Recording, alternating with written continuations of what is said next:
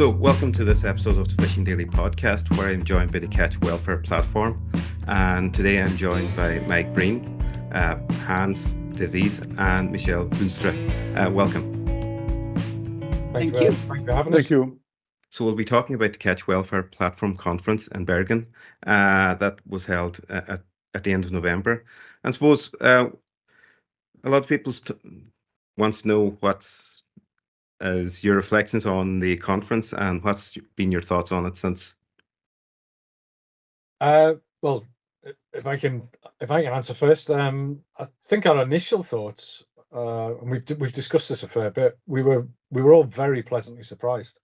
We were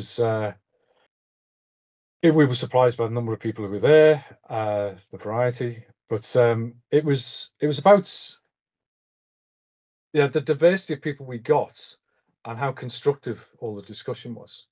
We had fishermen, we had fish buyers, processors, retailers, NGOs, scientists, researchers in the room, and we were all talking about catch welfare. And to be honest, I mean, I was a bit before the meeting. I thought we'd experienced maybe a bit more skepticism, a bit more criticism about the concept, and there was healthy skepticism and constructive criticism, but it was all positive. It was all constructive. It was all problem solving. It was all about identifying, realizing the importance of what catch welfare actually means for the sustainability of the industry. The fact that it can positively affect good catch welfare can positively affect the quality of and the shelf life of the products the industry produces, and it can also positively impact on the sustainability by improving the survival of the animals in the unwanted catch, the animals we release during the capture process. So yeah, it was very positive. That was my take home. Regarding feedback on the conference, what has it been from those who attended?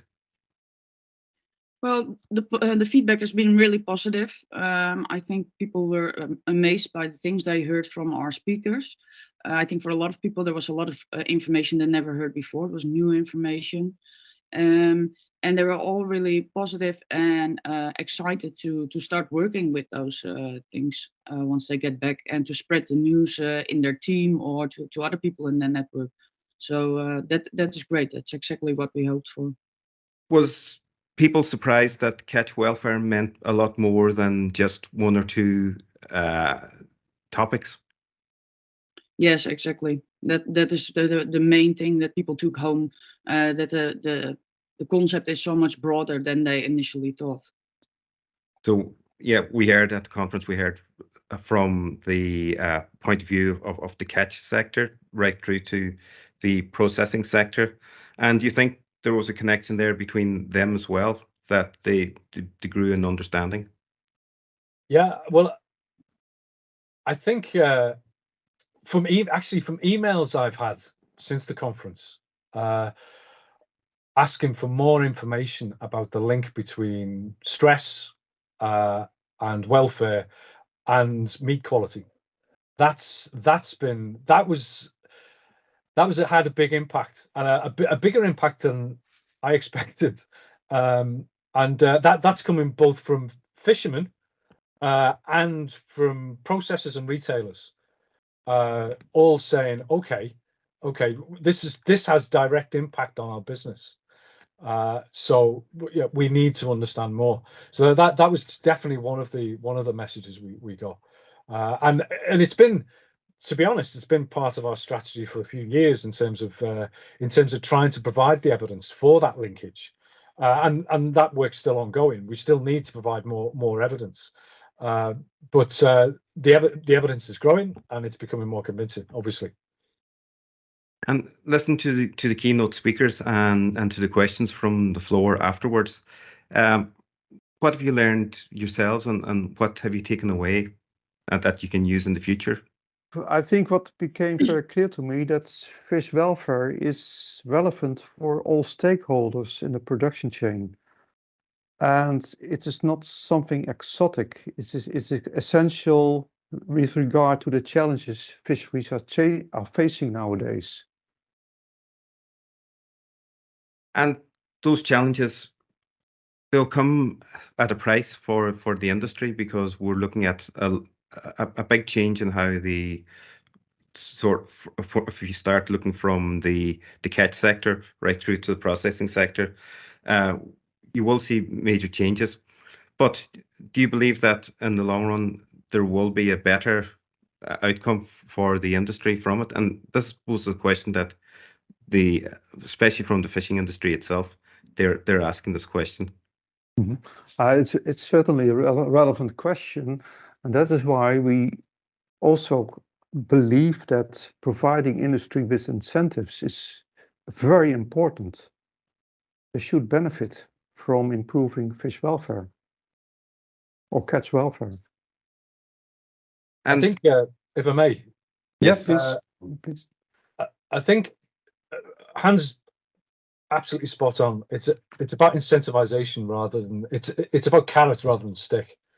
I mean, one of the discussions we had, well, and this happened both in the working sessions and in the plenary on the last day, was about how is this change going to be implemented, and should it be a top-down approach? Should it be through legislation forcing fishermen to change practices, or should it be more industry-led through incentivization and through realization that these businesses can be better, can be more competitive by introducing good welfare practices, by improving the quality of the catch they produce, by increasing the shelf life, and just long term, in terms of long-term sustainability of the whole industry. If you're minimizing the impact of the capture process on the whole population that's being fished, that's going to be better for sustainability in the future. It's going to, rather than drive populations down, it's going to allow those populations to be sustainable. So it's big picture stuff here, and people were getting it. I mean, they really were getting it. They really saw that big picture and how everything was interconnected. That was that was a pretty special moment when we realized that. So how do we incentivize? Well, I'm sure Michelle can comment on that in terms of certification schemes and ideas behind that. Do you want to follow on? Yeah, so there's different types of incentives, but one of them is the quality, and so a better price for your catch.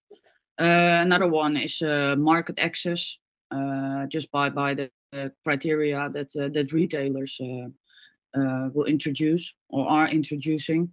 Certification is another one, and that's one of the things that we want to look at in the coming years. What those criteria should be, because consumers at this moment, they expect welfare to be part of sustainability, but it's not. So there is a long road to go. And for us, we think it's also really important that the criteria that they do adopt, once they do, that they are realistic and they meet the daily practice on board, because otherwise they may just be very unproductive. Well, I spoke to Linda Wood from Marks and Spencer, not the previous podcast, and they're very big on the idea of catch welfare and incentivizing the fishermen and fish processors in order to get involved in it. How do you convince buyers in order to buy into this, to pay the extra money for the catch, when they're saying we can process it cheaper without having to identify it?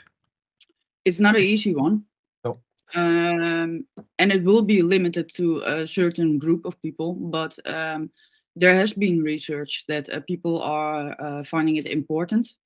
Was it 4 out of 5 consumers think it is important to treat fish the same way as we treat other consumption animals? They deserve protection, and they're willing to pay for it.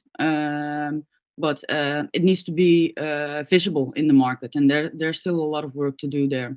It should be traceable and visible in the market, and we need solutions for that as well. May I add something to this? Yes. Sure. I think when you stun the fish that is brought on board, it is possible to streamline processing because the fish are motionless. Gutting can be done automatically. That means that labor can be saved. Yeah. So that has happened in processing of farmed Atlantic salmon. The slaughter process itself became more efficient. It became more cheap. So I think this is something we can also achieve on board of a fishing vessel. Yeah, so there's many types of incentives. It's not only selling the product at a higher price, it's also improving process efficiency. Yeah, that's one of the things that Linda Wood was talking about, was the fact that by stunning nephrops, you could actually save on labor, because then you can put them through a tailing machine, whereas beforehand you couldn't put them through a tailing machine when they were alive. So there's lots of different things that can add, not just alone add value and the financial end of it, but in terms of labor costs and that as well. And also working conditions can be improved. Yeah, imagine on board of Norwegian trawlers where big cod are being processed while the animals are still moving, and you have to hold a 5-kilo salmon in one hand. That's tough. The animal is stunned properly. It's motionless. It's way easier to process the animal. And there's good examples of that, as Hans said. Norwegian boats now, for the last few years, there's over 100 trawlers now which have introduced electric stunning systems, but that wasn't to do with animal welfare. That was to do with processing efficiency, and to remove this struggle that the fishermen were having with the large cod in particular, which can be difficult to handle, and to feed them into the automatic gutting and filleting machines. So it's there are. I think we need to look at multiple motivators and drivers, and there are linkages between good working practices for the fishermen and the processors, they can link directly to good welfare with the animals themselves. The two aren't mutually exclusive. So there's a varied range of different reasons why this can be a success. Yeah, absolutely. Yeah. There's what have we covered so far? I think actually one thing I'd like to cover, rather than just focus on the luxurious problem of the West in terms of welfare, I think it's also worth mentioning that we see a lot of potential for the development of catch welfare in artisanal fisheries, small scale fisheries as well, which makes up about a quarter of the global catch, and is predominantly focused in developing nations, and these developing nations are often very dependent upon that seafood resource for not just protein but micronutrients as well. Without that, they'd be malnourished. But by introducing catch welfare practices to artisanal fisheries, which is an easy fix, because they're such small scale, each fisherman is directly handling each fish, and so it's easier to introduce those practices. So again, they can improve quality of the food they're delivering back home, and its shelf life, and its storage time. So it's not just a Western luxurious problem. It's a problem that can really help solve global nutritional problems as well, and food security. So there are, we sometimes need to broaden our horizons on how we look at this as well. Coming back to the conference, what was the highlights of the conference for yourselves? Well, for me, the highlight was definitely the number of attendees, and also that I think that all the attendees consider welfare a really relevant topic, and the positive discussions during the working sessions. I think this was really one of the highlights for me. Yeah, for me also, it was really nice to see people together and already discussing collaborations and meeting with each other, and all the knowledge together in one room. It always gives nice conversations and collaborations, which I already saw starting during lunch and at our social events. So that's also for me always a really positive thing. Yeah, for me, the discussions, it was just so constructive. And as Michelle said, leading to, well, you could see collaborations forming in the room. That was really encouraging to see people getting together, discussing ideas and discussing maybe putting projects together. That was superb. That was exactly what we want to see. Yeah, you feel that the idea of the conference had reached its goal? Yeah, we've got people together, they're talking, and they're talking about working together in the future. That's our goal, is just to kickstart this process, and to ultimately, I mean, you were there, Oliver. One thing I mentioned at the meeting was the fact that we're pushing this initiative at the moment, but our ambition is to be able to step back and see this being a genuinely industry research led initiative, and we're already in this first meeting we were seeing that. You know, we're seeing industry leaders popping up and starting to move things forward. Linda Wood being a very good example. You know, she's already been initiating various projects on behalf of Marks and Spencers and with her suppliers. So we're seeing things beginning to catalyze and to form, and that was really exciting, very exciting indeed. Yeah. So going forward, what will be Catch Welfare Platform's next steps following the conference? Yeah, for now, it's really important that these people are able to keep on talking with each other, to keep people engaged. So we put up a Slack environment where the community can stay in contact. We will create team groups there. So there will be, for example, pelagics, and for example, the other one being small scale fisheries. So people can share ideas there, collaborate. And that will also include quarterly meetings where people can present what they're doing, and we can discuss things where we can get feedback from the group. People can pose questions and get help from others with different expertise. So that will be one way to stay connected. From there, we will also start to work on our other things in the working groups. And there will be an ISIS meeting. Maybe Mike can tell a little bit more about that. Yeah, we've this is sort of a bit more research focused, but at the next annual ICES Science Conference, which is going to be in Gateshead in the UK next September, we have a theme session on catch welfare, which Hans and I and Sebastian Ullman are going to be co-convening. So we're looking forward to the research community getting together, and hopefully some representatives from industry come into the meeting. I mean, it's not closed to science. It's open to industry too. So it'll be good to see people discussing and see what new work is on the horizon. So yeah, that's one meeting we've got planned. It's not the only meeting. There's lots of other meetings.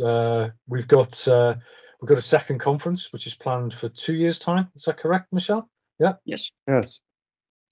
And an online one in 1 year. Yeah. We will present the Catch Welfare Innovation Award. So that's the new announcement, is it? The Catch Welfare Platform Innovation Award. Yep. And how do you qualify for that? By talking with you. Have a good idea. Yes. And maybe be able to demonstrate it. I mean, it's not. We had some discussion about this, about whether we should have particular categories and things. We felt, well, no, at this early stage, if somebody can demonstrate that they're doing something which is improving the welfare of the catch, and that's having an impact further along the supply chain, well, we welcome all ideas, and the award is ready there for the taking. So we encourage people to just don't wait to be nominated by somebody else. Feel free to nominate yourselves. There's no false modesty here. Just if you've got a good idea, let us know. Yeah, more information and details about that will be published in the beginning of next year. That'll be great. We'll be looking forward to that, and we'll be looking forward to seeing who is coming up with great new ideas in order to improve catch welfare.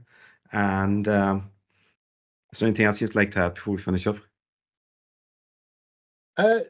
Just a big thank you to you, Oliver, actually. Yeah. It was great having you there. The interviews you were doing, the podcasts you were doing, it was great to get that. That was all going on in the background, and it's been great to watch them and get. That's been another point of feedback for us, is what you've managed to capture in those interviews that you did. It was great, and that's all adds to the discussion, the conversation, and so your input's been great, and we hope we can keep that going. We hope we continue working with you, and you know, we like your website, we like your channel. You know, it's very informative, and we're grateful that you're willing to inform on catch welfare, and hopefully you'll be an important channel for getting that message out to everybody. So thanks very much. Well, thank you. It was a great opportunity to be there and to have the experience, and to meet all those people is very, very interesting. Something that's going to be a huge topic in the future. And I'd like to thank you for inviting me there. It was it's a good time. Good, I'm glad. So yeah, and look, I'm sure we'll, as you said, we'll be doing more on this. We'll be having more chats, and hopefully we'll be able to bring on more people who's working in catch welfare, and it'll be something to look forward to in the future. And I'd like to thank you for joining me today. It was great chatting with you, and we'll do it again in future. Well, I look forward to all of it. It's certainly been my pleasure. Thank you. Thank you.